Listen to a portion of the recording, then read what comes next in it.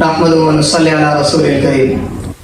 اگر کوئی آدمی کسی کے دروازے پر جائے اور وہاں پر جا کر کسی کو بلانا چاہے تو کون سا آداب ہے، کس طریقے سے اس کو بلائے؟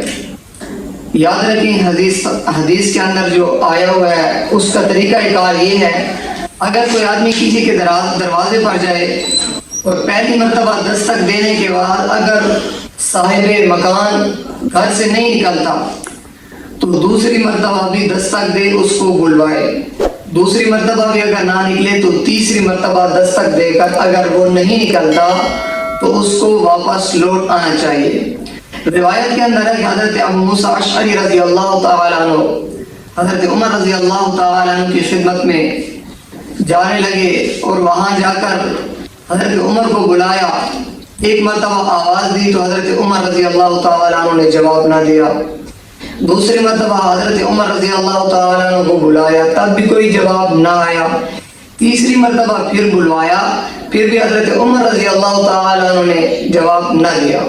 اس کے بعد حضرت ابو موسیٰ اشعری رضی اللہ تعالیٰ عنہ واپس چلے گئے۔ اس کے بعد حضرت عمر رضی اللہ تعالیٰ عنہ کہنے لگے کہ عبداللہ ابن قیس کو واپس بلا لو، یعنی کہ ابو موسیٰ اشعری کو واپس بلا لو، وہ ابھی آیا ہوا تھا۔ جب وہ آدمی باہر گیا تو حضرت ابو موسیٰ اشعری رضی اللہ تعالیٰ عنہ واپس جا چکے تھے۔ پھر دوسرے موقع پر حضرت ابو موسیٰ اشعری کی حضرت عمر سے ملاقات ہوئی تو حضرت عمر رضی اللہ عنہ نے پوچھا آپ آ کر واپس کیوں چلے گئے؟ حضرت ابو موسیٰ اشعری رضی اللہ تعالیٰ عنہ نے فرمایا حدیث کا مفہوم ہے اذا استأذن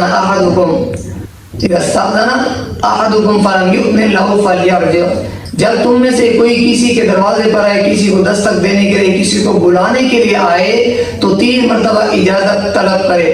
اب اگر اس کو اجازت یا وہ بندہ نہیں ملتا تو اس کو چاہیے کہ واپس لوٹ آئے۔ تو اس پر میں نے عمل کیا حدیث پاک پر اور 3 مرتبہ آواز دی، دستک دی، چونکہ آپ نہ نکلے حدیث پر عمل کرتے ہوئے میں واپس لوٹ آیا۔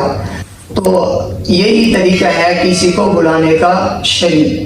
اللہ جل شانہ آداب کی رعایت رکھنے کی توفیق عطا فرمائے۔